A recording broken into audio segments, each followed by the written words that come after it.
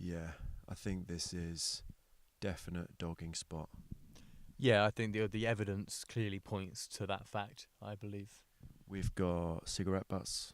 Um, we've got used cans of lager, and crucially, the absolute giveaway is used condoms.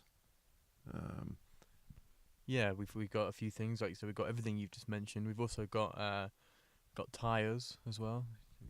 Tyres. Who knows what these guys do with those tyres? But Yeah, I think they're quite adventurous. You know, maybe influenced by Hollywood media, such as what's that movie called? Which one? You know, the one with the guy. the one with the tyres. No, no, it was the one about that erotic book. You know, the one that was with the person who the billionaire. Right. 50 Shades of Grey. That's the one. Yes. Yeah, 50 when Shades. did they use tyres in that? Well, they used all kind of He had a car. sick tools and things, didn't they? So maybe they could be using tires to maybe, I don't know, roll around naked on the tires. Maybe it's part of some sick fantasy, some sick game. Yeah, or melt them down and make, rubber clothes. Melt them down, make some makeshift clothes or rubber johnnies or other rubber goods. Absolutely, yes. We can't really rule anything out at this moment what they're being used for, but what we do know is it's for something sick and twisted. So we'll put together a portfolio, detailed description of the area, the location. We'll provide that to the police. Yeah. Put warnings on websites, so inform the local media as well. What we crucially need to do is we need to expose these spots so that people become too frightened to come here and engage in activities with tyres. But the police, they're not interested, are they, Peter? We take our portfolios to them. They never do anything. They never send anyone out to investigate. No, and I think these incidents, they keep repeating as well. So we need to do more.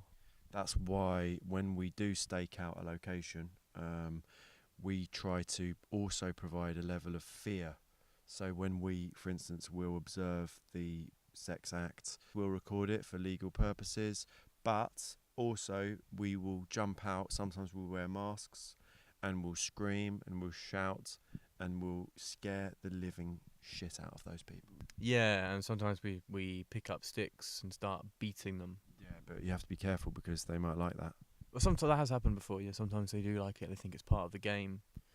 So we have to make it very clear that this isn't a game. We're not playing their game. I look at them and I can tell within about 2-3 hours if they're a sadist or a masochist. If they're a sadist, then we hurt them with the sticks and we beat them. If they're a masochist, we don't do that, but we want to make the situation as unthreatening as possible because then they will not be aroused.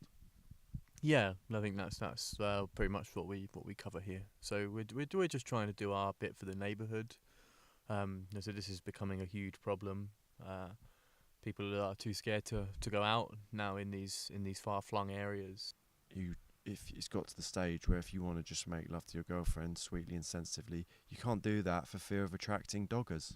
Yeah, exactly. Gone are the days when you could find a far flung spot where no one's going to come, and you make sweet love to your girlfriend. Before you know it, you've got an orgy on your hands.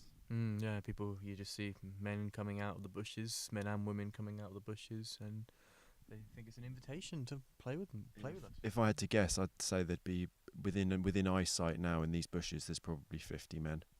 So we're doing what we can to help. And sometimes I bring my air rifle and I just put a little pellet in the buttock. Yeah, you have been known to do that quite a few times, leaving your mark. But the trouble is, I'm not that good a shot, and the buttock is very close to other areas, and we don't wish to get in trouble with the police again, do we? No. The irony is they were using my video footage to convict me, and that's not fair, is it? Yeah, but we tried to build a defence for you, didn't we? We tried to sort of say that these people were in breach of strict sort of neighbourhood rules. I mean, our big mistake was not hiring a professional lawyer and getting you to do it. I really thought that it would be all right. I really thought we had a strong enough case to justify your actions. But the trouble is, Peter, I mean, you've got lots of talents and skills, but when it comes to a court case, you don't know your ass from your elbow, do you? No, I suppose not, really. I mean, when you were, criticising the judge. I mean, don't, Peter. He had a funny wig. Yeah, and they always have that. That's just what they wear. That's probably first lesson of lawyering.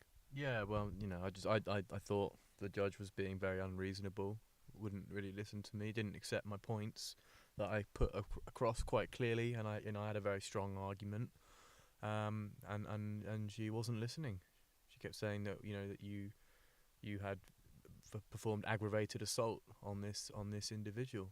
Ultimately, I was ordered to pay £2,000 in damages to a man who was dogging in my street. Yeah, and you've got to go back to court next Wednesday as well, haven't we? I know, because for the second court case, from you breaching court rules and attacking a judge, is it wise that you've decided to defend yourself? I think I can win this one. I've learned from the first case, what exactly I need to work on. Can you keep your cool, Peter? Because I know you've got a bit of a temper. If the judge doesn't provoke me, then I think I can stay relatively calm. It's their job to try and provoke you. And, I guess I can try and keep a bit calmer. That's all you can do at the end of the day, isn't it? Try. Yeah.